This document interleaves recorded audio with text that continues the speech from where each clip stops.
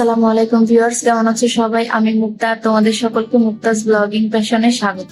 Fried rice বানানোর আগে আমি প্রথমে কালো গোলমরিচ গুলো একটু হালকা ভেজে নিলাম, কারণ হালকা ভেজে গুঁড়া করলে এর গন্ধ আর স্বাদ দুটোই অনেক ভালো হয়।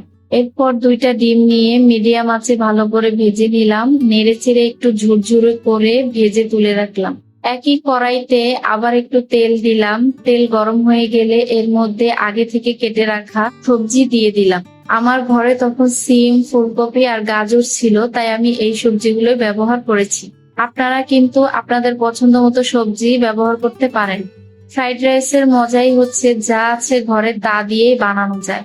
সবজিগুলো ভালো করে নেড়ে ঢাকনা দিয়ে ঢেকে দিলাম সেদ্ধ হওয়ার জন্য। মনে রাখবেন চুলার আঁচটা মিডিয়াম টু লোতে থাকবে। কিছুক্ষণ পর পর ঢাকনা উঠিয়ে নেড়ে দিতে হবে, না হলে নিচে লেগে যেতে পারে।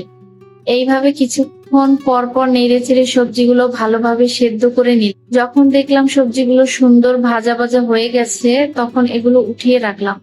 এরপর আবার একই কড়াইয়ে তেল দিলাম। তেল গরম হতেই এর মধ্যে দিয়ে দিলাম আদা রসুন পেস্ট।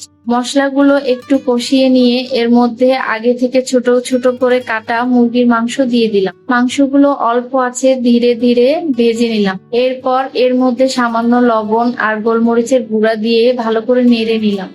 কিছুক্ষণ পরে কাঁচামরিচ কুচি দিয়ে মাঝারি আঁচে আবার নেড়ে চেড়ে ভেজে নিলাম। যখন দেখলাম মাংসগুলো একটু ভাজা ভাজা হয়ে গেছে, তখন এর মধ্যে পেঁয়াজ দিয়ে দিলাম। পেঁয়াজের কাঁচা গন্ধটা চলে গেলেই এর মধ্যে আগে থেকে ভেজে রাখা সবজি আর ডিম দিয়ে দিলাম। সবকিছু একসাথে ভালো করে মিক্স করে নিলাম। এই অবস্থায় ফ্রাইড রাইস মশলা দিয়ে হালকা আঁচে কিছুক্ষণ ভেজে নিলাম। আমি একটু বাড়তি স্বাদের জন্য একটি ম্যাজিক মশলাও দিয়েছি, আপনারা চাইলে দিতে পারেন, না চাইলে স্কিপও করতে পারেন। এরপর আমি এতে একটু টমেটো সস দিয়েছি। সবকিছু আবার ভালো করে নেড়ে চেড়ে মিশিয়ে নিলাম। এবার অন্য একটা প্যানে সামান্য ঘি দিলাম। ঘি গরম হলে এর মধ্যে রাতের বেঁচে যাওয়া ভাত দিয়ে দিলাম। আপনারা চাইলে এখানে ঘির বদলে সাধারণ তেলও ব্যবহার করতে পারেন। ভাতগুলো একটু নেড়ে চেড়ে নিয়ে এর উপর দিয়ে ভেজে রাখা মাংস আর সবজি দিয়ে দিলাম। লো আছে কিছুক্ষণ নেড়ে চেড়ে মিক্স করলাম। এরপর এর উপর আরেক প্যাকেট ম্যাজিক মশলা দিয়ে আবার ভালো করে মিশিয়ে নিলাম। নামানোর আগে একটু ধনেপাতা ছিটিয়ে দিলাম। আমার মনে হলো লবণ একটু কম হয়েছে, তাই সামান্য লবণ দিয়ে দিলাম। এই তো আমার চিকেন ফ্রাইড রাইস একদম তৈরি। আর দেখতেই পাচ্ছেন আমি তো খেতে বসে গেছি। সত্যি বলতে এতটা মজা হবে আমি নিজেও ভাবিনি। খেতে একদম রেস্টুরেন্টের মতো হয়েছে, খুব দারুণ হয়েছে।